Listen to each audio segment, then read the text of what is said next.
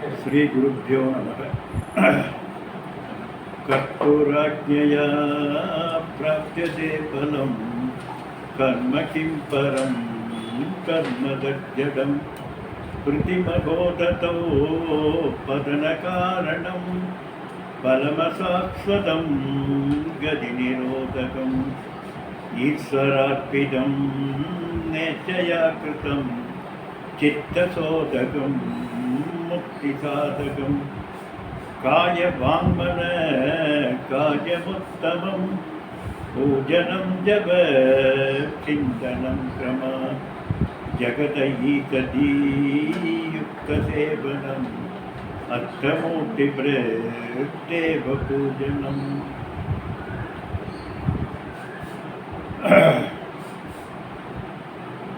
भगवान ரமண மகர்ஷி அற்புதமாக படிப்படியாக மிக அழகாக கொண்டுள்ளார். ஒவ்வொரு விஷயத்திலும் எதையும் நெகேட் பண்ண தேவையில்லை. சாஸ்திரம் ஆனத்தக்கியம் அல்ல, சாஸ்திரம் ஏக வாக்கியதா. சாஸ்திரம் அனைத்தும் மோட்சத்தினுடைய சாதனையாகவே சொல்லப்பட்டிருக்கிறது. அதனால் இந்த வேதங்கள் எல்லாம் அவசியமில்லை, எதற்காக அது சொல்லப்பட்டிருக்கிறது அப்படிங்கிறது மிக அழகாக சொல்லிக்கிறார். அப்படி முதல் ஸ்லோகத்தில் பார்த்தோம், கர்த்துகு ஆக்ஞையா பிராப்யதே பலம் கர்ம கிம்பரம் கர்மதஜடம் அப்படிங்கிற ஒரே ஒரு ஸ்லோகத்தில் மிகப்பெரிய விஷயங்களை எல்லாம் சொன்னார்னு பார்த்தோம். அதில் 3 விஷயங்கள் தெளிவாக்கினார். ஒன்று ஈஸ்வரக அஸ்தி, ஈஸ்வரன் என்பவர் இருக்கிறார், ஈஸ்வரன் பகவான் என்பவர் இருக்கிறார். அடுத்தது ஈஸ்வரக ஏவ ஜீவ ஜெகத் கர்த்தா, ஈஸ்வரன் தான் வேதத்தையும் ஜெகத்தையும் ஜீவனையும் உண்டு பண்ணினார், கர்த்தாவாக இருந்தார், அவரால் தான் படைக்கப்பட்டது. அது மட்டுமல்ல, படைக்கப்பட்ட அவர்தான் நம்முடைய கர்மங்களுக்கு பலதாதாவாக இருந்து நாம் செய்கின்ற அத்துணை செயல்களுக்கும் பலனை அளிக்கக்கூடியவராக இருக்கிறார் என்கின்ற இந்த விஷயத்தில் கடவுள் மறுப்புக்கு பதில் சொன்னார். இந்த படைப்பு பகவானால் தான் படைக்கப்பட்டது என்பதற்கு ஒரு பதில் சொன்னார். வேதங்கள் பகவானிடமிருந்து வந்தது என்பதற்கு பதில் சொன்னார். அந்த பகவான் தான் வேதத்தை தனக்கு துணையாக கொண்டு வேதத்தினை அனுசரித்து கர்ம பலனை நமக்கு கொடுக்கிறார் என்கின்ற பல விஷயங்களை மிக அழகாக எடுத்து சொன்னார் முதல் ஸ்லோகத்தில். 2ஆம் ஸ்லோகத்தில் சரி அந்த கர்மத்தினுடைய தன்மை என்ன அப்படிங்கிறத மிக அழகாக 2ஆவது ஸ்லோகத்தில் சொன்னார்.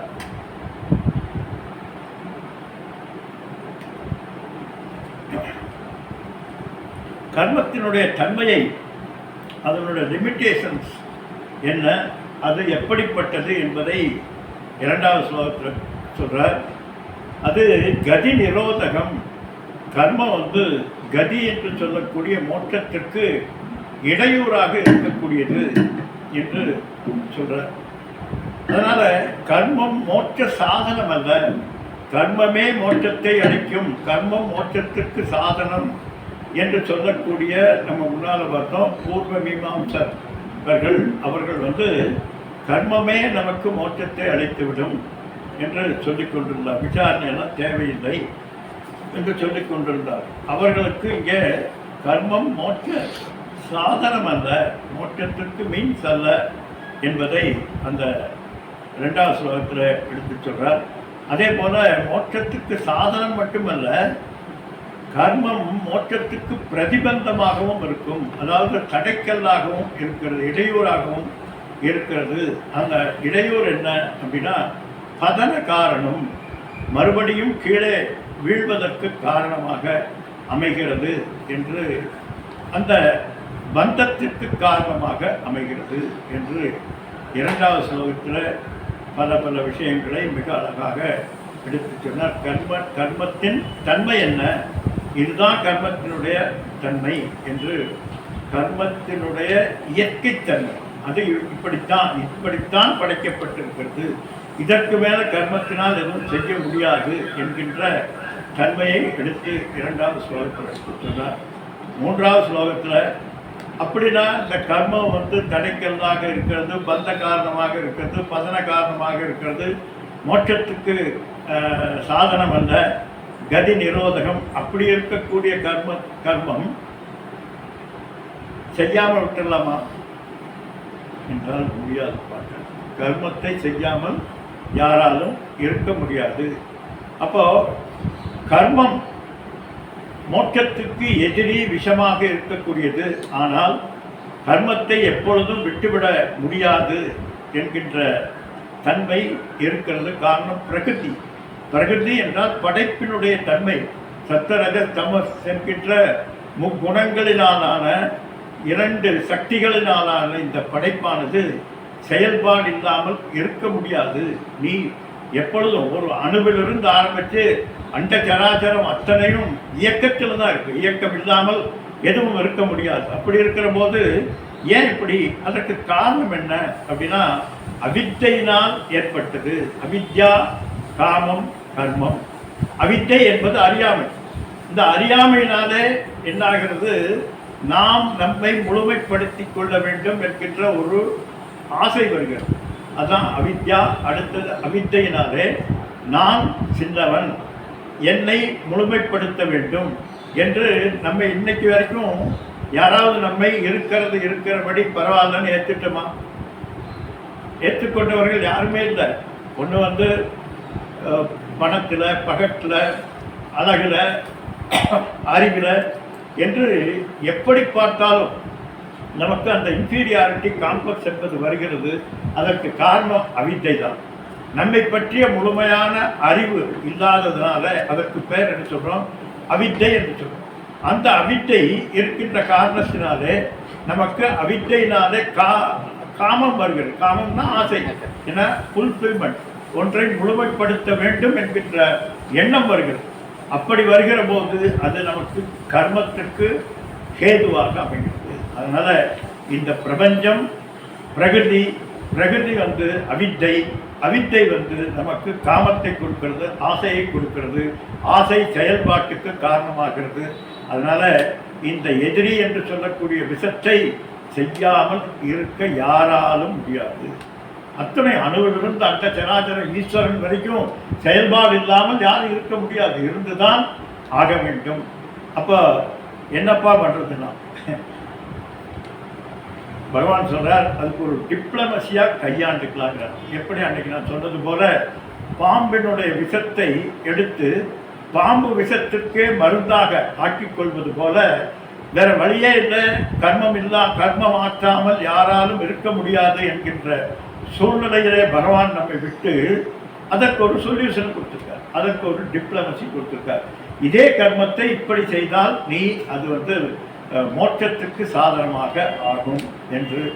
ஏன்? காரணம் என்ன?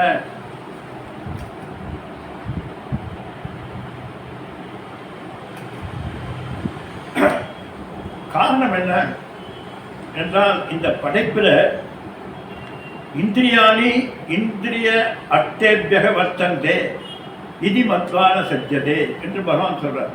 இந்திரியங்கள் அதனுடைய வேலைகளை செய்து கொண்டிருக்கிறது. அதே போல ஆசையினால் தோய்க்கப்பட்ட மனம், இந்திரியம் அதனுடைய வேலை செய்கிறது. மனது என்பது வாசனைகளினாலே நமக்கு ஏற்பட்டிருக்கக்கூடிய வியாபகம் ஏற்பட்டிருக்கிறது. பல கோடி ஜென்மங்களில் நாம் அனுபவத்தினுடைய தொகுப்பு நம்முடைய சித்தத்தில் இருக்கிறது. அந்த சித்தத்தில் இருக்கக்கூடிய அந்த அனுபவத்தினுடைய தன்மையை வாசனை என்று சொல்கிறோம். இந்த வாசனைகள் தான் ஒருத்தரை வெறுப்பதற்கும் வெறுப்புக்கு ஆளாக்குவதாக இருக்கிறது. ஒன்றை பார்த்தவுடன் நமக்கு ஈர்ப்பு ஏற்படுவதற்கு காரணம் வாசனைகள். அதனால் இப்படிப்பட்ட இந்த ஆசையினால் தோற்கப்பட்ட மனது இந்த மனித பிறவிக்கு பெரும் தொல்லையாக இருக்கிறது. அதனால் என்ன ஆகிறது, அதிருப்திகரம், காமம் பந்தத்தோடு சேர்ந்தது என்கின்ற தன்மையுடையதாக செயல்பாடுகள் ஆகிவிடுகிறது. ஏன்னா ஒன்று வந்து அதிருப்திகரம், அன்றைக்கே நம்ம பார்த்தோம், எந்த ஒரு பலனாக இருந்தாலும் அந்த பலன் வந்து நமக்கு திருப்தி தரக்கூடியதாக இல்லை. இது வரைக்கும் சரி போதும்னு எதையாவது சொல்லியிருக்கோமா? அதனால தான் ஒருத்தர் சொன்னார், 10வது வடை சாப்பிட்டீங்கன்னா உனக்கு திருப்தி ஆகிடும். முதல்ல 10 வடையை சாப்பிட்டுட்டு திருப்தி ஆகிறதுக்கு வேலை 10வது வடையை முதல்ல சாப்பிட்டா திருப்தி ஆகிடும். இது எப்படி? அதுபோல் இன்னொருத்தர் சொன்னார், அனுபவித்து தீர்த்து விடலாம். அனுபவித்து தீர்த்து விட முடியுமா? இது வந்து எரிகின்ற நெருப்பில் எண்ணெய் வார்த்த மாதிரி, நெய்யை வார்த்த மாதிரி அனுபவம் என்பது. அதனால் அனுபவிக்க அதான் நான் அன்றைக்கி சொன்னது போல் ஒரே மாவை பல கோணங்களில் செஞ்சு சாப்பிடணுங்கிற எண்ணம் வரும். ஒன்று வந்து லட்டு செய்கிறோம், ஒன்று வந்து ஜிலேபி செய்கிறோம், ஒன்று வந்து இது செய்கிறோம். இப்படி அனுபவம் என்பதை பல கோணங்களிலே அனுபவித்து பார்க்க வேண்டும் என்று மறுபடியும் நமக்கு அது அடுத்தது ருசி கண்ட பூனை போல் ஆகிடும். ஈவந்தோ இந்திரியங்களும் மனமும் எல்லாம் சலித்து விட்டால் கூட மறுநாள் எந்திரிச்சுடனே வேகமாக அதை தேர்வு. 10 வடை சாப்பிட்டு திருப்தியானவன் காலையில் எந்திரிச்சுடனே மறுபடியும் வடை இருக்கால் பார்க்கிறார். அப்படி அதிருப்திகரமாகவும் காமத்தோடு கூடியதாகவும் அது ரெண்டும் சேர்த்து பந்தத்தை ஏற்படுத்தியதாகவும் இருக்கிறது. அதனால் கர்மம் சரியில்லை என்று தெரிந்தாலும் விட முடியாது. அதனால் அப்போ என்ன செய்யணும்னா, பகவான் சொல்கிறார், யோக கர்மசு கௌசலம், டிப்ளமேட்டிக்காக இதை கையாண்டால் உனக்கு அற்புதமாக இதே கர்மம் உனக்கு ஸ்டெப்பிங் ஸ்டோனாக அமைகிறது. எப்படி? முக்திக்கு சாதகமாக அமைகிறது. இதே பகவான் கீதையில் சொல்றார், பிரகிருதி கிரியமானானி குணை கர்மாணி சர்வசக அகங்கார விமூடாத்மா கர்த்தாகம் இது மன்யதே. பிரகிருதி கிரியமானானி குணைகி, பிரகிருதியினுடைய தன்மையில் ஏற்பட்டிருக்கக்கூடியதுதான் இந்த குணங்கள். இந்த குணங்களினால் ஏற்படக்கூடியதுதான் கர்மமே தவிர நான் அல்ல. அது சொல்றார், அகங்கார விமூடாத்மா கர்த்தா அகம் இது மன்யதே. அகங்காரத்தோடு கூடியவன் நான் செய்கிறேன் என்கிறார். இதுதான் ஞானத்திற்கும் அஜ்ஞானத்திற்கும் இருக்கக்கூடிய ஒரு வித்தியாசம். பக்குவப்பட்டதற்கும் பக்குவமற்றதற்கும், சரணாகதிக்கும் சரணாகதி அற்ற அகங்காரத்தோடு கூடியதற்கும் இருக்கக்கூடிய விஷயத்தை இங்கே அழகாக சொல்றார். அகங்கார விமூடாத்மா, அகங்காரத்தினாலே நான் என்று வெத்தனவை வெள்ளாவா வேலத்தில் பட்டுருமும் கோல் பஞ்சில் பாயாது. எத்தனையோ கோடாரி வந்து இதே கருங்காலியை வெட்டுது, ஈட்டியை வெட்டுது, இன்னும் என்னென்னமோ முடியாத மரங்களை எல்லாம் வெட்டுது. ஆனால் பஞ்சு பொதியை வெட்ட முடியுமா? பஞ்சு பொதியை கோடாரி வெட்டாது. ஏன்? அங்கே ஆக்சஸ் இல்லை, அங்கே எதிர்ப்பு இல்லை. அப்போது அகங்காரத்தினாலே நீ கர்மத்தை செய்து எதிர்க்க வேண்டும் என்று நினைக்கிற போது தான் உனக்கு இந்த ப்ராப்ளங்கள் எல்லாம் வருகிறது. அது சொல்கிறார். அதே மாதிரி அடுத்து சொல்கிறார், தத்துவவித்து மகாபாகோ குணகர்மாணி விபாகயோகோ குணா குணேசு வர்த்தந்தே இதி மத்வா ந சஜ்ஜதே. யார் குணங்கள் அதனுடைய பிரகிருதியினுடைய தன்மையில அது வேலை செய்கிறது என்று அதை வேடிக்கை பார்க்கிறார். இந்த குணம் இப்போ நமக்கு அப்பப்போ நம்மளை சுய பரிசோதனை சொல்லுது. ஓ டேய் ஆரம்பிக்கிறியா அப்படின்னு அப்பப்போ அடக்கிக்கிறது. அப்படிப்பட்ட தன்மை அவங்க யாரு? அவங்களுக்கு ந சஜ்ஜதே, இவர்களுக்கு கவலை என்பது இல்லாமல் போய்விடுகிறது. பிரகிருதே குண சம்மூடாக சஜ்ஜந்தே குண கர்மசு. அது இல்லாமல் பிரகிருதியினுடைய தன்மையை தனதாக எடுத்துக்கொண்டு யாரெல்லாம் அலைகிறார்களோ அவர்களுக்கு துக்கம் தான் வரும். அப்போ என்ன பண்ணுறது? இதுக்கு என்ன சொல்யூஷன்? இதுதான். இதை தவிர வேற 2 வகை இருக்கிறது. ஒன்று வந்து குணகர்மத்தை தன்னில் ஏற்றிக்கொண்டு நான் தான் செய்கிறேன் என்கின்ற தன்மையோடு செய்கிறது. இன்னொன்று வந்து குணகர்மங்கள் வந்து அதனுடைய வேலையை பார்க்கிறது என்று எப்படி செய்வது? இது எப்படிங்க செய்ய முடியுமா? இதுக்கு ஏதாவது வாய்ப்பு இருக்கிறா? பகவான் அழகா சொல்றார், மயி சர்வாணி கர்மாணி சந்நியாத்ம சேதசக நிராஜிர் நிர்மவம் பூத்வா யுத்தஸ்ஸ விகதஜ்வரக. உன்னுடைய ஜுரத்தை எல்லாம், பயத்தையும் கில்ட்டியையும் இன்ஃபீரியாரிட்டி இதையெல்லாம் விட்டு நீ யுத்தம் செய். அப்போ யுத்தம் செய்யறதுக்கு என்ன சேதுவாக இருக்குது? இதெல்லாம் எப்படி விடுவது என்று சொன்னார். மை சர்வாணி கர்மாணி சந்நியச, எல்லா கர்மங்களையும் என்னிடம் சந்நியாசம் செய்துவிடு, என்னிடம் விட்டுவிடு, என்னுடைய காலடியில் அத்தனையும் விட்டுவிட்டு ஆத்மச்சேதசா, உன்னுடைய தன்மையிலே நான் சர்வவித் சர்வசக்திமான் சர்வவியாபி என்கின்ற அந்த பரம்பொருளினுடைய வியாபகத்தினால் இருக்கக்கூடிய ஜீவாத்மா என்கின்ற அந்த ஆத்மாவினுடைய நிலையிலிருந்து கொண்டு நான் செய்கிறேன் என்கின்ற தன்மையை விட்டு என்னிடத்தில் சரணாகதி அடைந்து இதே கர்மத்தை நீ செய்கிற போது அது ந செஞ்சதே, அது நிச்சயமாக உன்னை வருத்தப்படுத்தாது, கவலைக்குள்ளாக்காது என்று சொல்றார். அப்படி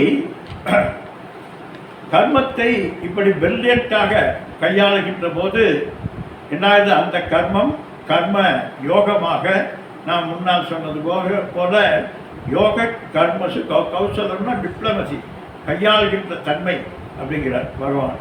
அதனால் அப்படி செய்கிற போது நம்ம முன்னால் சொன்னது போது அதுவே நமக்கு மருந்தாக ஆகிவிடுகின்ற, பவம் என்கின்ற சம்சாரத்துக்கு மருந்தாக மாறிவிடுகிறது. எப்படி கர்மயோகத்தை கர்மத்தை கர்ம யோகமாக ஆக்குவது எப்படிங்கிறது? கர்மம் தான் செய்கிறோம், இந்த கர்ம யோகமாக ஆக்குவது எப்படி என்றால் 3வது அத்தியாயத்தில் பகவான் மிக தெளிவாக இதை பற்றி எடுத்து சொல்றார். உன்னுடைய நிலைப்பாடு என்ன, ஒரு ஜீவனுடைய தன்மை என்ன, ஒரு ஜீவனுடைய நிலைப்பாடு என்ன என்பதை புரிந்து கொண்டாலே போதுங்கிறார். அதே உனக்கு ஒரு மிகப்பெரிய ரிலீஃபை கொடுத்து விடும். அப்படி என்னங்க இருக்கிறது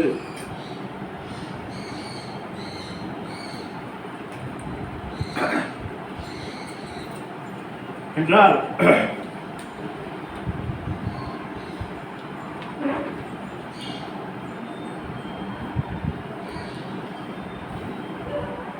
உன்னுடைய ஒரு ஜீவனுக்கு கொடுக்கப்பட்டிருக்கக்கூடிய ஃப்ரீவில் நமக்கு அன்னைக்கு நம்ம முன்னால இன்ட்ரடக்ஷன்ல பார்த்தோம்.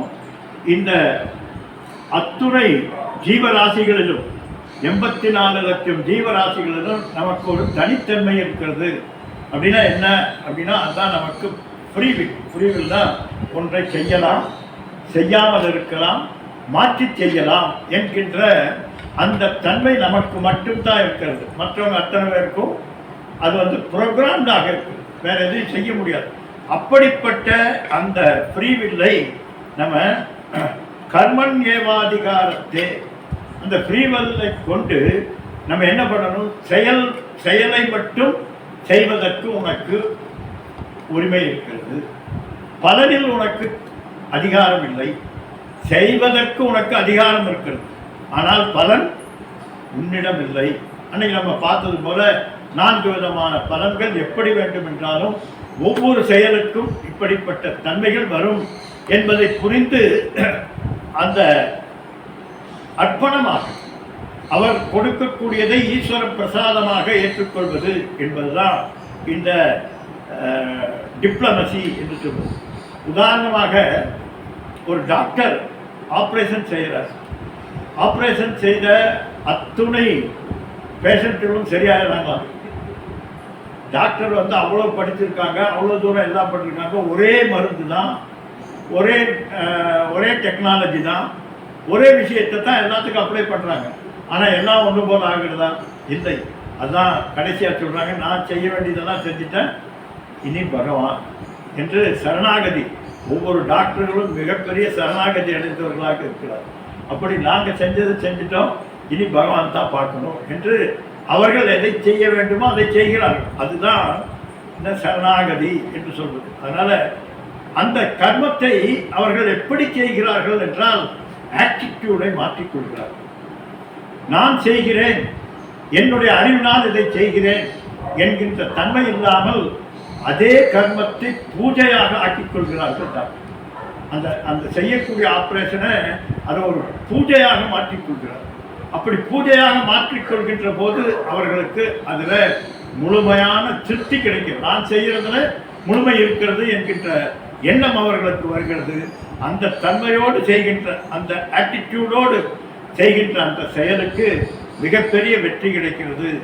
அதனால தான் யஜ்ஞ பாவனா, எதை செய்தாலும் யஜ்ஞமாக, யஜ்ஞானை பார்த்தோம். யஜ்ஞம் என்றால் தன்னலம் கருதாது செய்யக்கூடிய கடமைகளுக்கு பெயர் யஜ்ஞம். இப்படி டாக்டர்கள் மட்டுமல்ல, ஒவ்வொருவரும் காலையில் எழுந்திருச்சதிலிருந்து பல் தேய்க்கிறதுலேருந்து படுத்து தூங்குற வரைக்கும் அத்துணையும் ஈஸ்வராத்மிதமாக, அத்துணையும் அவரால் நடக்கிறது. சாப்பிடுவது, ஜீரணமாவது, அது எல்லாம் உடலால், மனதால், செயலால் எல்லாம் அத்துணையுமே ஈஸ்வராத்மிதமாக செய்கின்ற போது அது ஆட்டிடியூட் மாறி நமக்கு கர்ம யோகமாக மாறுகிறது. இந்த கர்ம யோகத்தில் அன்னைக்கு பார்த்தோம், 2 விதமான சகாமிய கர்மம், நிஷ்காமிய கர்மம் என்கின்ற 2 இருக்கிறது என்று பார்த்தோம். அதில் சகாமிய கர்மம் என்று சொல்வது பக்குவம் இல்லாமல் எனக்கு இது செய்ய வேண்டும், என்னுடைய லாபம், என்னுடைய குடும்பம், என்னுடைய தன்மை என்று எனக்கு பிரதிபலன் வர வேண்டும் என்று ப்ரிடாமினன்ட்லி பலனை குறிப்பிட்டு செய்யக்கூடியதற்கு பேர் சகாமிய கர்மம். அப்போ சகாமிக கர்மம் செய்யலாமா? அன்னைக்கு நான் சொன்னேன், சகாமிக கர்மம் செய்யலாமா வேண்டாமா? செய்யலாமா வேண்டாமா? பகவானை தவிர்த்து வேற யாரும் தப்பா கேட்கறது? அவருக்கு தான் கொடுக்கக்கூடிய முழுமையான சக்தி இருக்கிறது. அப்போ அதை செய்யும் போது நிறைய பேர் சொல்றாங்க அப்படி செய்யக்கூடாது, அது சரியில்லை. இல்லை, எப்பொழுது பகவான் மேல் நம்பிக்கை வைத்து அவர் பார்த்து கொள்வார், அவர் என்னை கவனிப்பார் என்று சொல்கிறோமோ அப்பொழுது அந்த அந்த ஆட்டிடியூடுக்கு ஒரு தனி பலன் இருக்கிறது. அந்த பலன் நிஷ்காமிய கர்மத்திற்கு நம்மை அழைத்து செல்கிறது, அடுத்த தன்மைக்கு எடுத்து செல்கிறது. அப்படி லோகக்ஷேமத்திற்காக இது முழுமையாக இன்னர் growth. இந்த நிஷ்காமிய கர்மம் என்பது உள் அந்தரங்க அந்தக்கரண சுத்திக்காக மட்டுமே செய்யக்கூடியது.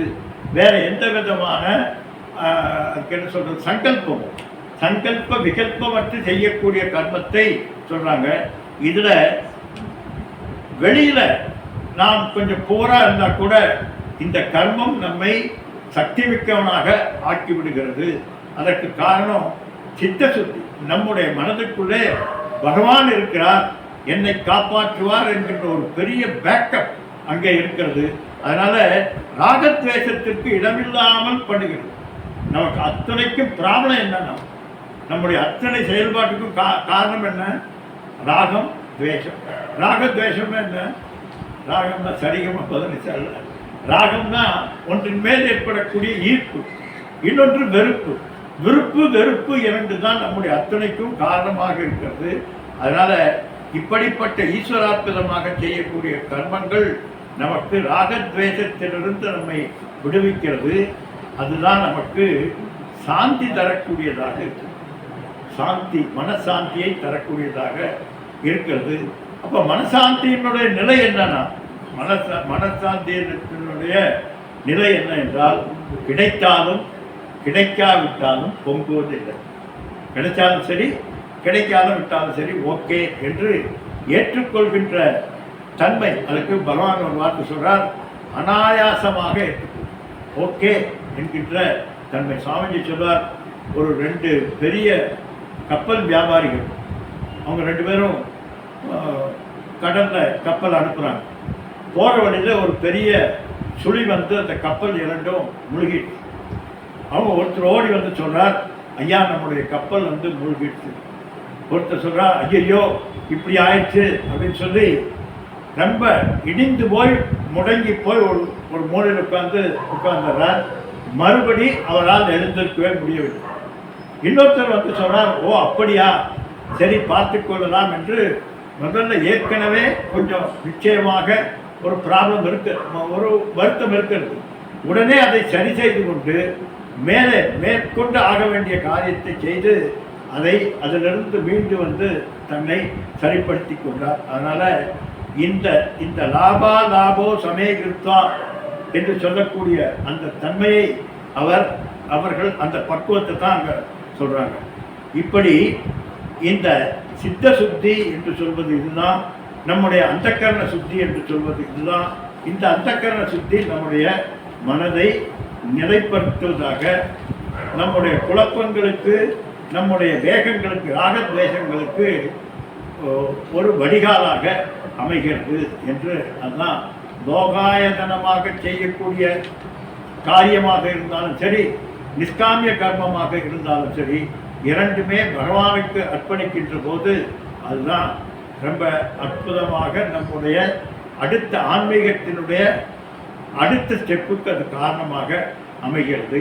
அதனால் ஈஸ்வரார்ப்பிதம் சகாமம் நிஷ்காமிய கர்மங்கள் செய்கின்ற போது நான் இச்சையா கிருதம், அந்த ஆசை வயப்பட்டு செய்யக்கூடியதாக இல்லாமல் இருக்கக்கூடியதாக ஆகிறது. எனவே இது சித்த சோதகம் என்று சொல்லக்கூடிய நம்முடைய மனதுக்கு சாந்தி அளிக்கக்கூடியதாக இருக்கிறது.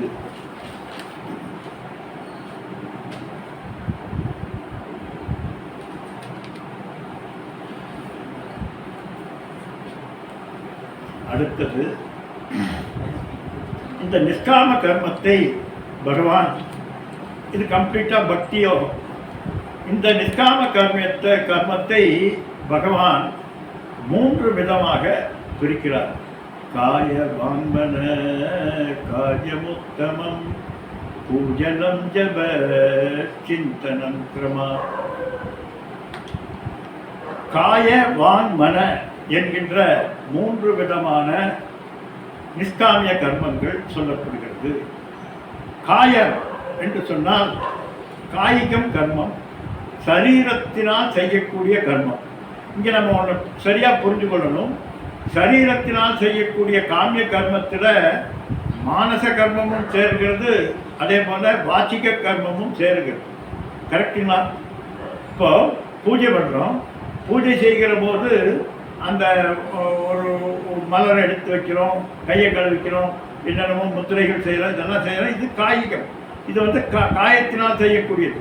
இந்த காயத்தினால் செய்யக்கூடிய கர்மத்தோடு இது நிற்கிறானா இல்லை கூடவே மமோபார்த்த துர்லட்சயத்வாரா ஸ்ரீ பரமேஸ்வர பிரத்யத்தம் அப்படின்னு வாச்சிகம் இருக்கிறது. அதே போல் தியானம், முதல் தியாயாமி ஆவாகயாமி இப்படி சொல்லும்போது அங்கே மானச கர்மமும் இருக்கிறது. எனவே காயிகம் கர்மம் என்று சொல்லக்கூடிய முதல் ஸ்டெப்பாக இருக்கக்கூடிய இந்த கர்மத்தில் 3 கர்மமும் சேர்ந்து இருக்கிறது. மானச கர்மம், காயிக கர்மம், வாச்சிக கர்மம் என்று சொல்லக்கூடிய 3ம் இருக்கிறது. இதனால் என்ன பிரயோஜனம்னா, உடலை பிரதானமாக கொண்டு செய்யக்கூடிய கர்மம், அதுதான் என்ன சொல்கிறோம் காயிகம் கர்மம். வாச்சிகம் கர்மம் என்பது வாக்கை பிரதானமாக கொண்டிருக்கக்கூடிய கர்மங்கள். மானச கர்மம் என்று சொல்வது மனதை மட்டும் பிரதானமாக கொண்டிருக்கக்கூடிய கர்மம். அதனால இங்க எந்த ஒரு கோரிக்கையும் இல்லாமல் சர்வே பவந்து சுகினக சர்வே சந்து நிராமயாக என்று நாம் செய்யக்கூடிய இந்த பூஜையினுடைய தன்மை இந்த பிரபஞ்சம் முழுவதற்கும் ஏற்றதுடையதாக ஆகின்ற போது அது உத்தம பூஜை என்று சொல்லப்படுகிறது. அப்படி இந்த மனது தெளிவடைய மிக மிக அவசியமாக பூஜை என்பது இருக்கிறது. அதே போல் நம்ம பார்த்தோம், ஜபம் என்பது வாச்சிகம் கர்மம். இப்போ வாச்சிகம் கர்மம் என்றால் வாக்கினால் சொல்லக்கூடிய கர்மம்னா எல்லா கர்மமும் வாச்சிக கர்மம் ஆயிருமா? இல்லை, சொல்லக்கூடியதான் ஈஸ்வர நாம ஜபம். ஈஸ்வரனது அல்லது இறைவனது நாமத்தோடு கூடிய தன்மையை சொல்லக்கூடியதுதான் வாச்சிகம் கர்மம். எல்லா வார்த்தையும் இறைவனது தன்மையை கொண்டு நமக்கு பக்குவப்படுத்துவதாக ஆகிவிடாது. அதான் இந்த ஒரு சாமிஜி சொல்வார், அமெரிக்காவில் ஒரு பெரிய ஆளா அவர் வந்து நிறைய பேருக்கு, ஆயிரக்கணக்கான பேருக்கு தீட்சை கொடுத்துருக்காங்க.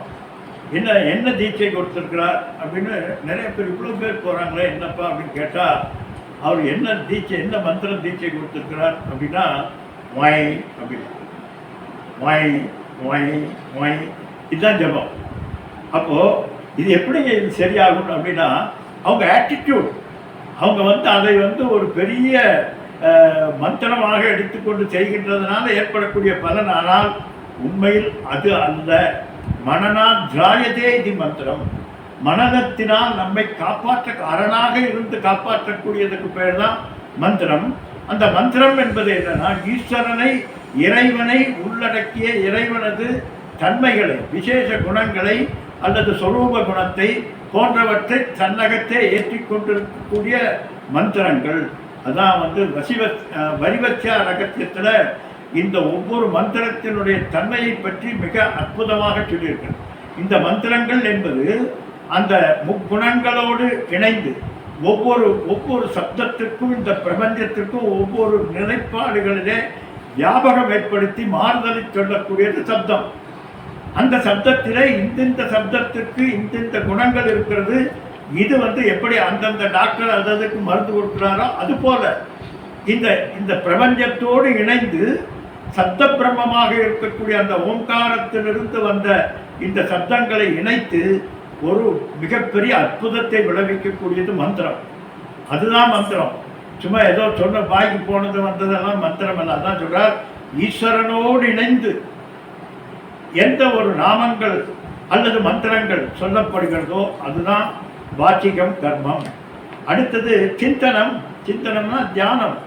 அந்த ஈஸ்வர தியானம் அது 2 வகையாக சொல்லப்படுகிறது. அதுவும் அதே போல்தான். தியானம் என்றால், இப்போ தியானம் என்பது ரொம்ப ஃபேஷன் ஆயிடுச்சு. நான் தியானம் பண்றேன்,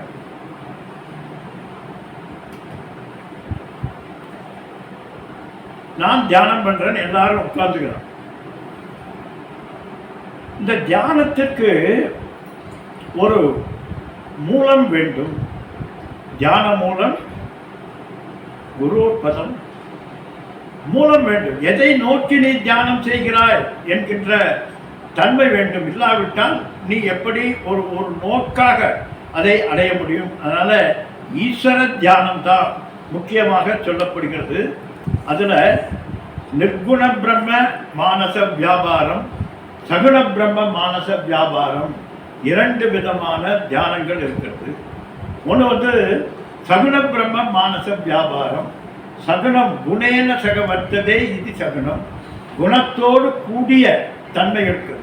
குணத்தோடு கூடிய தன்மை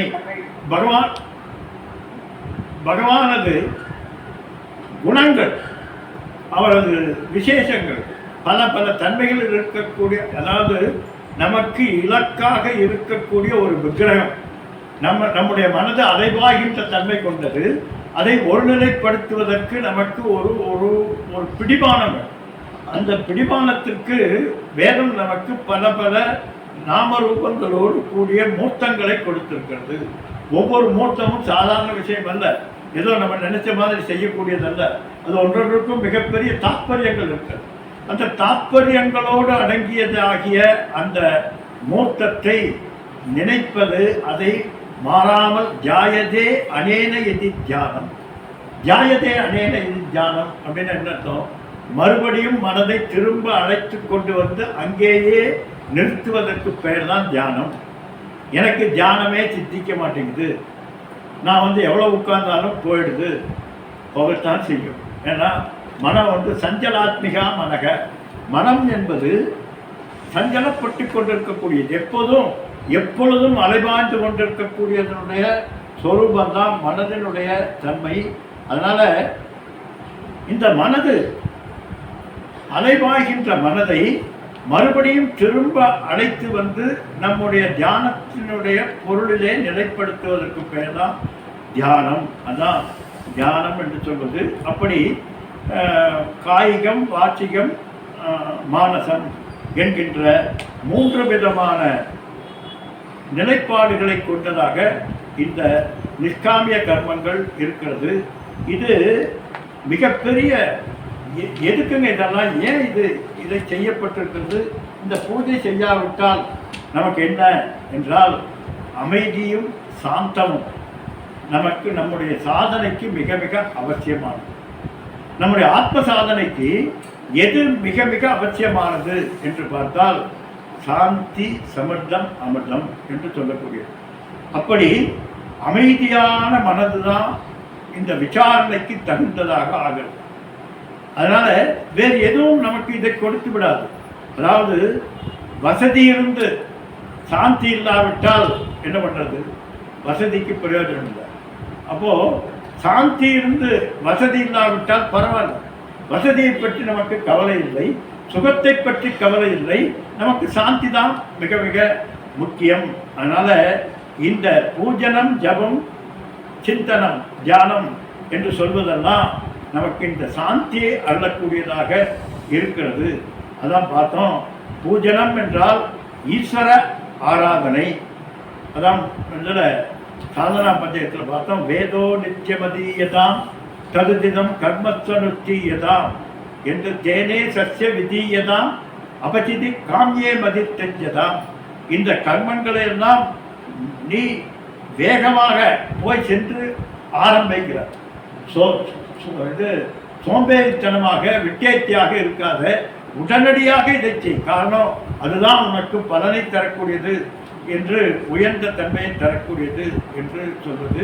அதே போல இந்த ஜபத்தினுடைய தன்மையை எடுத்தால் ஒரு மந்திரத்தை மறுபடியும் திரும்ப திரும்ப திரும்ப திரும்ப சொல்வதற்கு பேர் தான் ஜபம் என்று சொல்வது.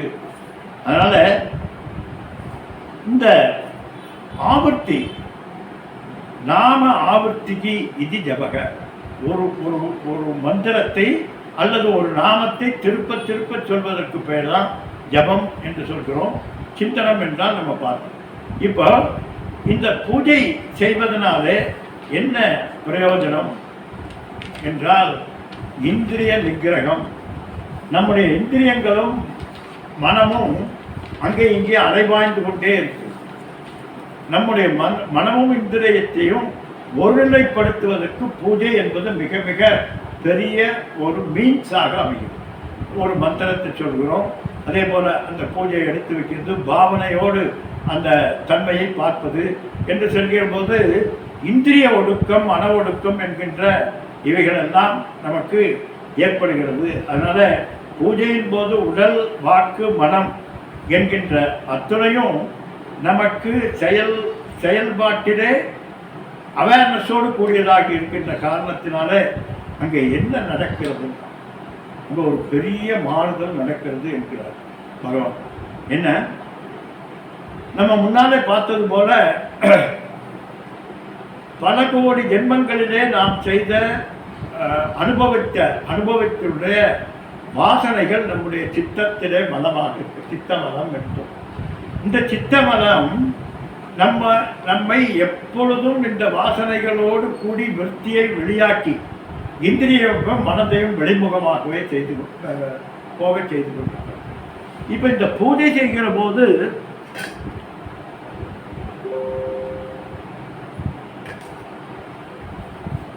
நம்முடைய மனதில் இன்னைக்கு வெள்ளிக்கிழமை அப்படின்னு சொன்னா காலையில் எந்திரிச்ச உடனே என்ன ஞாபகம் வருது? இன்னைக்கு வெள்ளிக்கிழமை, அம்பாளுக்கு பூஜை செய்ய வேண்டும், வீட்டை முழுக வேண்டும், நைவேத்தியம் வைக்க வேண்டும் என்று அந்த நாள் முழுவதும் பூஜை பூஜை பூஜை பூஜை பூஜை என்று மனதுக்குள்ளே ஒரு விதமான தற்சிந்தனம், தற்கதனம், ததன்யத்ன பிரபோதனம் என்று அதையே எண்ணிக்கொண்டிருக்கக்கூடிய ஒரு தன்மை ஏற்படுகிறது.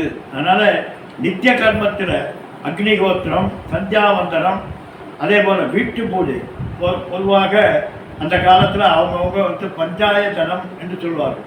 5 விதமான பூஜைகளை வைத்து பெரியவர்கள் வழிபட்டு கொண்டிருப்பார்கள். அப்படிப்பட்ட இவைகளை எல்லாம் செய்கிற போது சரீர சேஷ்டைகள், இந்திரிய சேஷ்டைகளிலிருந்து நம்மை விடுவிக்கிறது. அதே போல சொரூப மந்திரங்கள், அந்தந்த தேவதையினுடைய மந்திரங்களை கூறுகின்றதுனால நமக்குள்ளே ஒரு பெரிய மாறுதல் ஏற்படுகிறது. அதே போல விரத காலங்கள் என்கின்ற ஆட்டிடியூட், இன்றைக்கு அப்படிப்பட்டது இப்படிப்பட்டது என்று நினைக்கிற போது நமக்கு ஏற்பட்டு கொண்டிருக்கக்கூடிய அந்த மனோபாவமானது மாறுகிறது. இதற்கு தான் இவைகள் எல்லாம். அதெல்லாம் விட இன்னொரு மிகப்பெரிய ஒரு விஷயத்தை இங்கே சொல்லப்பட்டிருக்கிறது. என்னன்னா, இந்த பூஜையினால பத்திரம் புஷ்பம் பலம் தோயம் என்று சாமானிய பூஜை செய்கிற போது, அதே போல் இந்த பஞ்சாயத்தன பூஜை, ருத்ராபிஷேகம் போன்ற இந்த பூஜைகளை எல்லாம் நாம் செய்கின்ற போது நம்மையும் நம்மை சுற்றி இருக்கக்கூடியவர்களையும் நம்முடைய இந்த கிரகத்தையும் ஒரு பெரிய வைப்ரேஷனோடு வைத்துக்கொள்ளும். எதிர்மறையான நிலைப்பாடுகளை கொண்ட தன்மைகளிலிருந்து நம்மை விளக்குகிறது. நிறைய பேர் சொல்கிறாங்க, நம்மகிட்ட சொல்லுவாங்க, எனக்கு செய்வனை வச்சுருக்காங்க, எனக்கு சூன்யம் வச்சுருக்காங்க, பில்லி சூன்யம் வச்சுருக்காங்க அப்படின்லாம் வந்து சொல்லுவாங்க. இப்போது இது உண்மையா பொய்யா என்று ஆராய்வது நமக்கு அப்பாற்பட்ட விஷயம். ஏன்னா இது எப்படிப்பட்டது என்று தெரியும். ஆனால் கண் முன்னால் பார்க்கிறோம் அவர்கள் படுகின்ற பாட்டம். அவர்கள் மிகப்பெரிய தெரிந்தோ தெரியாமலோ ஏதோ ஒரு விஷயத்திலே அவர்கள் அகப்பட்டு கொண்டால் அவர்கள் மிக மிக கொடுமையான அவர்களது சிந்தனை போய்விடுகிறது, செயலற்று போய்விடுகிறது, இன்னும் மனோபாவங்கள் மாறிவிடுகிறது. இப்படிப்பட்ட தன்மைகள் எல்லாம் சொந்த எதிர்மறையான விஷயங்கள் இருக்கிறது என்று சொல்கிறார். ஆனால் அது வந்து அவர்களால் ஏவப்பட்டதா அல்லது நம்முடைய பிராரப்த கர்மத்தினால நமக்கு வர்றதா, அது நமக்கு இதை பற்றி ஒரு ஆர்குமெண்ட் எனக்கு தெரியாது. ஆனால் படுகின்றது உண்மை, படுகின்ற கஷ்டம் என்பது உண்மை. அந்த கஷ்டங்களை பூஜைகள் மூலமாகவும் தியானங்கள் மூலமாகவும் ஜபங்கள் மூலமாகவும் ஹோமங்கள் மூலமாகவும் விலக்கி வந்தவர்களை நாம் பார்க்கிறோம். மிகப்பெரிய விஷயங்கள் இருந்தெல்லாம் வெளிவரக்கூடிய தன்மைகளை, இந்த சக்திகளை எல்லாம் விரட்டி இந்த ஒரு பேரின்பத்தை, ஆன்மீக நாட்டத்தை ஏற்படுத்தக்கூடிய ஒரு தன்மையை இந்த பூஜைகள் தருகிறது. அதனால இது உண்மையோ பொய்யோ எப்படி இருந்தாலும் நாம் இதை செய்கிற போது நமக்கு இது அரணாக இருக்கும். நம்முடைய மனதில் ஏற்படக்கூடிய கில்மிஷங்களை அகற்றுகிறது, வாசனைகளை புதுப்பிக்கிறது, தீய வாசனைகளை போக்கி நல்ல வாசனைகளை ஏற்படுத்துகிறது. எப்படி பெருங்காய டப்பால நீங்க என்னதான் சுத்தப்படுத்தி என்ன பண்ணாலும் அந்த வாசனையானது போகாதோ, அதுபோல நமக்குள் ஏற்பட்டிருக்கக்கூடிய இந்த அனுபவ தொகுப்பு, சித்தத்தில் இருக்கக்கூடிய அனுபவ தொகுப்பானது எப்படி பெட்ரோலும் நெருப்பும் சேர்ந்தவுடனே பற்றி கொள்கிறதோ, அதுபோல விஷயத்தை பார்த்தவுடன் நம்ம எவ்வளவு பெரிய வில் பவரோடு இருந்தாலும் நம்மை இழுத்துக்கொண்டு போய்விடுவோம். அதனால இந்த பூஜைகள் எல்லாம் மிகப்பெரிய ஒரு பெரிய அரணாக நமக்கு இருப்பதை பார்க்கிறோம். காரணம், இந்த மாயையினுடைய திருவிளையாடல்களை யாராலும் கணிக்க முடியாது. அகடித கடினா படியசி மாயா, யாரு? சங்கராச்சாரியர் சொல்றார். இந்த மாயையிலிருந்து வெளிவருவது என்பது மிக மிக மிக கடினமானது, அவ்வளவு சக்தி வாய்ந்தது மாயை என்று சொல்றார். அப்படிப்பட்ட அந்த மாயை வெல்வதற்கு நமக்கு பூஜைகள் தான் மிக மிக அவசியமாக இருக்கிறது. அதனால படிப்படியாக இந்த மாயா தன்மையிலிருந்து நம்மை விடுபட்டுக் கொள்வதற்கு அரணாக அமைகிறது என்பது நிச்சயமாக இதில் எந்த விதமான சந்தேகம் இல்லை. நம்முடைய முன்னோர்கள் அதனால்தான் பெரிய புராணம் என்று வைத்தார். பெரிய புராணத்தில் என்ன இருக்குது? பெரிய புராணத்தில் என்ன இருக்குது? ஈஸ்வரனை பற்றி சொல்லியிருக்கா? யாரை பற்றி சொல்லியிருக்கு? எல்லா அடியார்களை பற்றி சொல்லியிருக்கு. அப்போ அடியார்களுக்கு அவ்வளவு தன்மைகள் இருக்கிறது. இந்த அடியார்கள் எல்லாம் இவைகள் எல்லாம் எப்படி கடந்தார்கள், எப்படிப்பட்ட சூழ்நிலைகள் எல்லாம் அவர்கள் எளிதாக இறையினுடைய தன்மையை கொண்டு கடந்தார்கள் என்பதை சொல்கிறது. அதனால ஈஸ்வர ஆராதனை என்பதுதான் மிக மிக பெரிய ஒரு தன்மையுடையது. அதனால நமக்கு மட்டுமல்ல, நம்முடைய குடும்பத்தாருக்கு, நம்மை சார்ந்தவர்களுக்கு அத்தனை பேருக்கும் சாந்தி அளிக்கக்கூடியது இந்த காய்கம் கர்மம். காய்கம் கர்மம் மனசினால் செய்யக்கூடியது, சரீரத்தினால் செய்யக்கூடியது இந்த தர்மம், இந்த கர்மம். அதனால்தான் வசுதேவக குடும்பம் என்று சொல்றோம். நாம் செய்யக்கூடிய இந்த பூஜை, இந்த பிரபஞ்ச சாமிஜி சொல்லுவாங்க, நீ பறிக்கக்கூடிய ஒரு பூவினுடைய அதிர்வு பிரம்மலோகத்திலே அதிர்வு ஏற்படுத்தினோம்.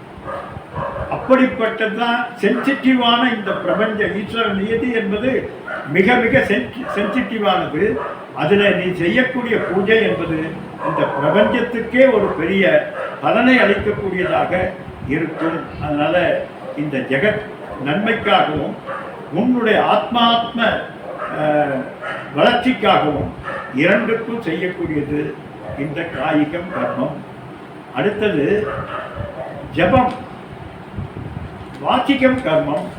இந்த வாச்சிகம் கர்மத்தினுடைய தன்மை என்ன அப்படின்னா, இது மிகப்பெரிய ஒரு விஷயம்.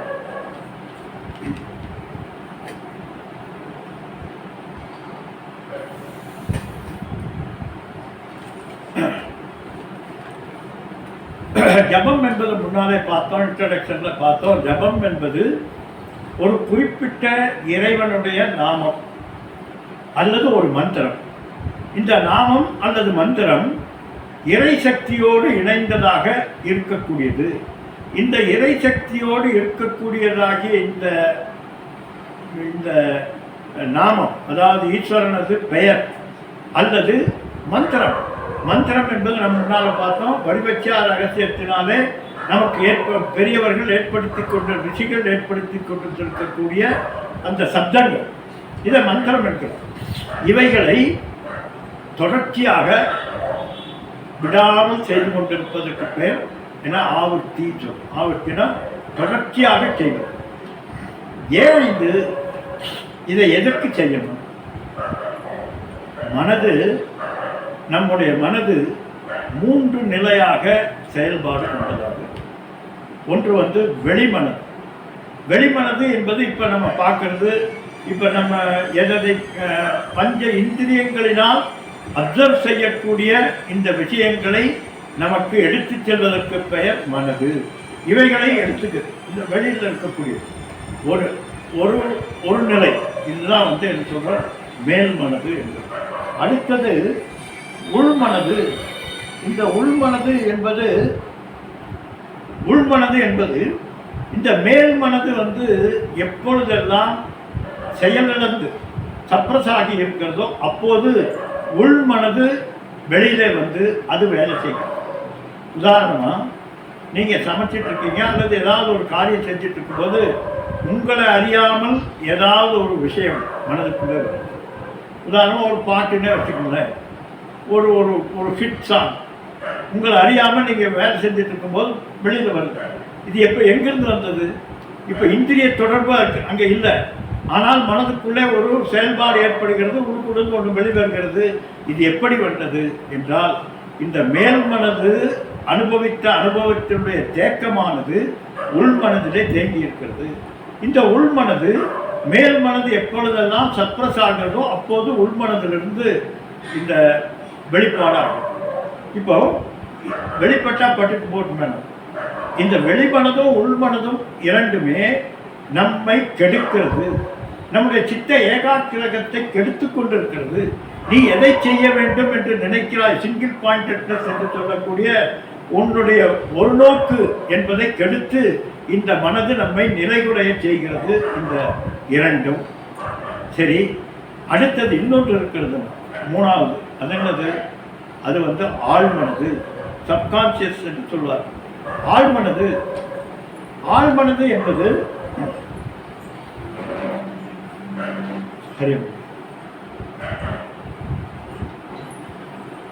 ஆழ்மனது என்பது ஒவ்வொரு மனிதனுக்கும் அவரவர்கள் ஒரு 2 மாதம் அல்லது 3 மாத குழந்தைகளாக இருக்கிற போதே இந்த உலகத்தை அப்சர்வ் செய்ய ஆரம்பித்தோம். இந்த உலகத்தை 3 மாத குழந்தையிலிருந்து இந்த உலகத்தை நாம் அப்சர்வ் செய்ய ஆரம்பித்தோம். அப்படி அப்சர்வ் செய்கின்ற அந்த குழந்தை என்ன செய்கிறது? ஒரு ஒரு தாகம் எடுக்கிறது. இந்த தாகம் எடுக்கிற போது அந்த குழந்தை என்ன பண்ணுது? என்ன பண்ணும்? அழுகிறது, பசிக்குது அல்லது தாகம் எடுத்தால் அழுகிறது. அப்போ அந்த தாய் அந்த குழந்தைக்கு பசியை ஆற்ற அல்லது தாகத்தை சரி பண்ணுகிற வரை அதற்கு ஏக்கம் உண்டு. இந்த தாய் எங்காவது ஒரு முக்கியமான வேலையில் இருந்தாங்கன்னா அழுதுகிட்டே இருக்கும். அப்போ இந்த குழந்தை நினைக்கிறது இவங்கெல்லாம் வந்து அவங்கவுங்க காரியத்தை அழகாக அவர்கள் செய்து கொள்கிறார்கள், ஆனால் என்னால் முடியவில்லை, என்னால் முடியவில்லை என்கின்ற இன்ஃபீரியாரிட்டி அங்கே ஆரம்பிக்கிறது. அங்கே ஆரம்பித்து அடுத்தது இன்னொரு ஸ்டெப் மேலே வருகிறது. ஒவ்வொரு செயலுக்கும் தாய் தந்தை யாரோ ஒருத்தர் தேவைப்படுகிறது. தன்னை சுத்தப்படுத்திக் கொள்வதற்கு எல்லாத்துக்கும் இன்னொருவரை நாடி நாடி நாடி சார்புத்தன்மை என்பது முதல்ல என்னால் முடியவில்லை என்கின்ற ஒரு இன்ஃபீரியாரிட்டி, அடுத்தது அடுத்தவர்களை சார்ந்துதான் இருக்க வேண்டும் என்கின்ற தன்மை ஏற்படுகிறது. அப்படி ஏற்படுவதற்கும் காரணம் வருகிறது.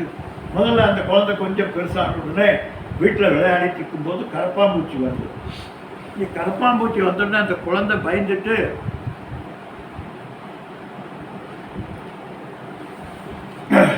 அம்மா கரப்பாம்பூச்சி வருது. உடனே அம்மா வந்து அந்த கரப்பாம்பூச்சி அடிக்கிறார். அந்த குழந்தைக்கு என்ன நினைப்பு வருது? நம்ம அம்மா தான் நம்மை காப்பாற்றுவார்கள், நமக்கு எல்லாமே அம்மா தான், அம்மா இருந்தால் எல்லாம் சரியாயிரும் என்று நினைக்கிறது. இன்னும் கொஞ்ச நாள் போகிறது, வீட்டுக்குள்ள ஒரு பாம்பு வந்தது. இப்போ அந்த அம்மா என்ன பண்ணுது? ஐயோ பாம்பு வந்துருச்சு, ஐயோ பாம்பு வந்துருச்சு, அவரை கூப்பிடு. உடனே இந்த குழந்தை சுவிட்ச் ஓவர் ஆகுது. ஓ, இந்த அம்மாவுக்கு இவ்வளவுதான் லிமிட்டேஷன். அடுத்தது வந்து அப்பா, அவர் தான் வந்து நம்மை காப்பாற்றுவார் அப்படிங்கிற எண்ணம் வந்து உடனே சார்புத்தன்மை அப்பா மேலே போயிடும். அடுத்தது ஏதாவது ஒரு இதை விட மிகப்பெரிய ஒரு இது வருது. அவர் வெளியே ஓடி போய் வெளியே இருக்கிறவங்களை எல்லாம் கூப்பிடுறாரு. வீடு தீ பிடிச்சிட்டு வாங்க வாங்க கூப்பிடுறாரு. அப்போ அந்த குழந்தைக்கு என்ன தெரியுது? அப்பா அம்மாவோட லிமிட்டேஷன் இது, அப்பாவோட லிமிட்டேஷன் இது, இதற்கு மேலே இங்கே சமுதாயம்னு ஒன்று இருக்குது என்று இந்த சார்புத்தன்மையானது பிறந்த அன்றிலிருந்து இறக்கிற வரைக்கும் நமக்கு இந்த சார்புத்தன்மை தான் நமக்கு எப்போதெல்லாம் ஃபெயிலியர் ஆகிறதோ அல்லது காலதாமதப்படுகிறதோ அப்போதெல்லாம் பெரிய விரக்தியை கொடுக்கிறது. இதுதான் ப்ராப்ளம். அப்போ இந்த 3 நிலையான தன்மைகளை உடையது தான் இந்த மனது. இந்த சைல்டுஹுட் என்ன பண்ணுறது?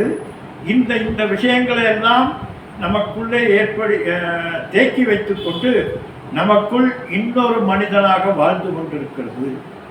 ஒவ்வொருத்தருக்கும் இன்னுக்குள்ள இன்னொரு மனிதன் வாழ்ந்து கொண்டிருக்கிறான்.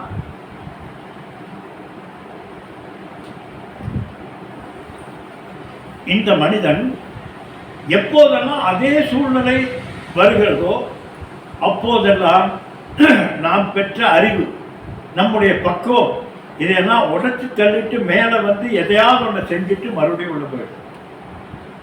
அப்போ நம்ம நினைக்கிறோம், நானா இதை செஞ்சேன், நான் எப்படி இப்படி செஞ்சேன், எனக்கு எப்படி இப்படி ஒரு சூழ்நிலை வந்தது என்கின்ற ஒரு எண்ணம் வருகிறது.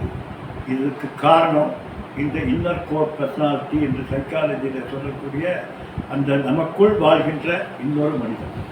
இப்போ இந்த 3ஐயும் சரிப்படுத்தினால் மட்டும்தான் நீயாக இருக்க முடியும். நீ எவ்வளோ கற்றாலும், எவ்வளோ பக்குவப்பட்டாலும், எவ்வளோ இது பண்ணாலும் உன்னுடைய பக்குவமும் உன்னுடைய பகுத்தறிவும் உன்னுடைய தன்மை எல்லாம் இந்த மனதுகிட்ட செல்லாத. அதனால் மேல் மனது, உள் மனது, ஆழ் மனது 3ஐயும் சரிப்படுத்தினால் மட்டும்தான் நீயாக இருக்க முடியும். இதுக்கும் ஜபத்துக்கும் என்னையா சம்பந்தம்? இது நம்முடைய ப்ராப்ளம். இப்போ இதுக்கு சொல்யூஷன் என்ன என்றால் என்ன? ஜபம். இந்த ஜபம் வந்து ஏன் 108 பீட் வச்சிருக்காங்க? நிறைய வைக்கலாம் அல்லது கம்மியாக வைக்கலாமே. ஏன்? இந்த மேல் மனது வெளி விஷயங்களில் நாட்டம் செய்து நம்முடைய ஒருநிலைப்பாடான மனதை குலைக்கிறது. ஒருவேளை அது சரியாகி வந்தால் அடுத்தது உள் மனது வெளியில் வந்து அதை கெடுத்து விடுகிறது. இது ரெண்டையும் சரிப்படுத்தினாலும் என்றைக்காவது ஒரு நாள் இல்லாவிட்டால் ஃப்ராக்ஷன் ஆஃப் செகண்டில் என்னுடைய அறிவு மடங்கி உணர்ச்சி வசப்பட்டு எதையோ செய்யும். இப்போ இதுதான் இந்த ப்ராப்ளம், இந்த மனதினுடைய ப்ராப்ளம். இப்போ இதை செய்வதற்கு ஜபம் எந்த விதத்தில் நமக்கு உதவும் என்று ஆராய்ந்து பார்த்தால் இந்த ஓம் நம சிவாய உதாரணத்துக்கு சொல்கிறேன், அல்லது நாராயணாய நமக, இந்த இந்த இந்த இந்த இந்த ரசிகர் மற்ற வேண்டாம், ஏதாவது ஒரு நாமத்தை நம்ம சொல்கிறோம். அப்படி சொல்கின்ற போது இந்த ஏன் 108 முறை வைத்திருக்கிறார்கள் என்றால், நம்முடைய இந்த ஜபமானது 3 மனதிலும் ஜாபித்து 3 மனதினுடைய தன்மையிலும் இந்த ஜபத்தினுடைய சப்தமானது வியாபிக்க வேண்டும். அப்படி வியாபிக்கின்ற போது மேல் மனது, உள்மனது, ஆழ்மனது இவையெல்லாம் ஓரளவுக்கு சரியாகும். அதற்காகத்தான் அந்த 108 ஸ்பேன் ஆஃப் டைம் சொல்கிறார். முதல்ல 108 முறை சொல்கிற போது முதல்ல மேல் மனது ஒடுங்குகிறது, அடுத்தது உள்மனதிற்கு அந்த அந்த வியாபகம் ஏற்படுகிறது, அதற்கு பின்னால் இருக்கிறது. இப்போ இதெல்லாம் செஞ்சுட்டு நாங்கள் எத்தனையோ காலம் செஞ்சுட்டு இருக்கிறோமே, ஆனால் அப்படியே தாங்க ஜபம் எத்தனையோ பேர் எல்லாரும் ஜபம் செஞ்சுட்டு தான் இருக்கோம், செய்யாதவங்க யாரும் இல்லை, ஆனால் அப்படியே தான் இருக்கிறோம். காரணம் என்ன என்றால் ஆட்டிடியூட். முதல்ல இறை சரணாகதி முழுமையாக வேண்டும். ரெண்டாவது கமிட்மெண்ட், நிச்சயமாக. அதனால தான் சொல்லுவாங்க பெரியவங்க மந்திரம் கொடுக்கும்போது, மந்திர தீட்சை கொடுக்குற போது, இந்த பிரம்ம முகூர்த்தத்தில் இந்த குறிப்பிட்ட நீ ஏதோ ஒரு நேரம் எடுத்துக்க. ஒன்று 3 மணியிலிருந்து 6 மணி வரை பிரம்ம முகூர்த்தம். இந்த 3 மணியிலிருந்து 6 மணி வரைக்கும் ஏதாவது ஒரு நேரத்தை உனக்காக நீ சூஸ் பண்ணிக்க. அந்த நேரத்தில் வேற எப்படிப்பட்ட ஒரு காரியமாக இருந்தாலும் அதை விட்டு ஜபத்தில் அமர்ந்து விட வேண்டும். அப்போ உன்னை உன்னுடைய மனது புண்பயமாவதற்கு பழக்கமாகிறது. அதனால முதல் கமிட்மெண்ட் அது. அடுத்தது 108 முறை செய்வது. இன்னும் பல விஷயங்கள் இருக்கிறது. அதை இதை மெல்ல மேல் மனதை உள்முகமாக்கி அடுத்தது உள்முகத்தை ஆழ்முகமாக்குவது தான் ஜபத்தினுடைய தன்மை. ஆழ்முக மனதை சரிப்படுத்துவது என்பது பெரிய ப்ராசஸ். அது எப்படின்னா, இந்த உள்முகம் அல்லது வெளிமுகம் உள்முகம் என்கின்ற இரண்டையும் ஓரளவுக்கு சரிப்படுத்துவதற்கு ஒரு குறைந்தபட்சம் ஒரு வருடம் அல்லது 6 மாதம் இந்த ஜபத்தை செய்து கொண்டிருந்தால் உன்னுடைய மனது ஒரு பக்குவப்பட்ட நிலையை அடைகிறது. அப்படி அடைகின்ற அந்த மனதில் ஒரு பெரிய புரட்சியை நீ ஏற்படுத்துறது. என்னெல்லாம் தனியாக ஒரு இடத்துல போய் உட்கார்ந்து இந்த ஜபத்தை கொஞ்ச நேரம் செஞ்சுட்டு அடுத்தது ரீகலெக்ட் பண்ணும். குழந்தையிலிருந்து என்னுடைய அனுபவங்கள் என்ன, என்னுடைய கேரக்டர் ஏன் இப்படி இருக்கிறது, இந்த விஷயத்தில் இவருக்கு கோபம் வருவதில்லை, எனக்கு கோபம் வருகிறது ஏன் என்கின்ற ஆராய்ச்சி, இந்த விசாரத்தை நீ செய்தா என்றால் உன்னுடைய அனுபவம் எந்தெந்த வயதிலே எப்பொழுதெல்லாம் பாதிக்கப்பட்டிருக்கிறது என்பது தெரிய வரும். அப்படி தெரிகிற போது என்னுடைய ப்ராப்ளம் என்ன என்பதை தெரிந்து கொள்ளலாம்.